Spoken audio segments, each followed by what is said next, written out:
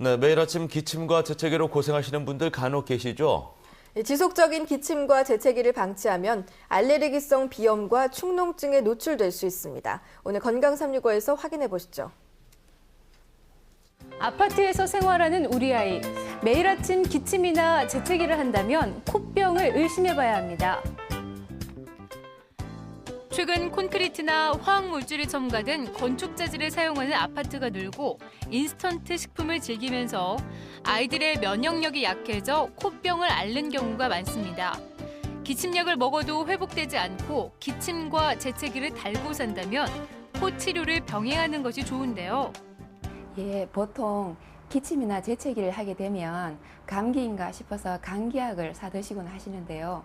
이렇게 감기약을 드셔도 기침이 발작적으로 지속적으로 나타나게 되면 천식이나 폐렴인가 싶어서 병원을 찾게 됩니다.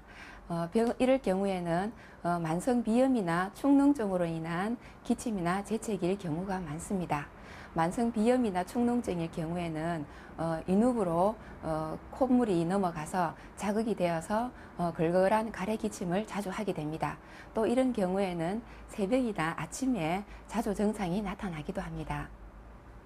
제가 비염 증상이 있어가지고 병원을 찾았는데요. 이번에 또 날씨가 추워서 감기까지 더 심해져서 재채기도 나고 콧물도 나고 코 막힘도 좀 심해가지고 이제 병원에 한의원 좋다 해가지고 병원을 찾게 되었습니다. 기침과 재채기를 원인에 맞게 치료하지 않고 항생제를 남용하면 오히려 증상이 악화될 수 있기 때문에 주의가 필요한데요. 한방에서는 체내에 쌓인 화학적 독성을 최대한 중화시키고 면역력을 증강시키기 위해서 천연 한약요법과 침요법 등 자연에 순응하는 치료법을 시행하고 있습니다. 기침이나 재채기의 원인이 직접적으로 폐나 기관지의 원인이 있지 않다면 만성 비염이나 축농증의 원인이 있다고 의심을 해볼 수 있습니다.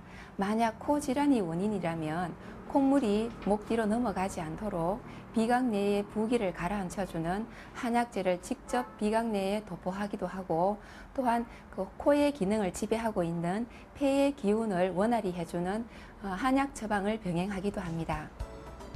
새집 증후군으로 생긴 기침이나 재채기를 제대로 치료하지 않아서 축농증이 생기는 경우도 있는데요. 이사를 가는 경우에는 반드시 환기를 자주 시키고 화초 같은 실내 식물을 키우는 것이 좋습니다. 또 평소 일상생활의 변화로도 코병을 이길 수 있는 만큼 올바른 생활 수칙을 지켜야 합니다.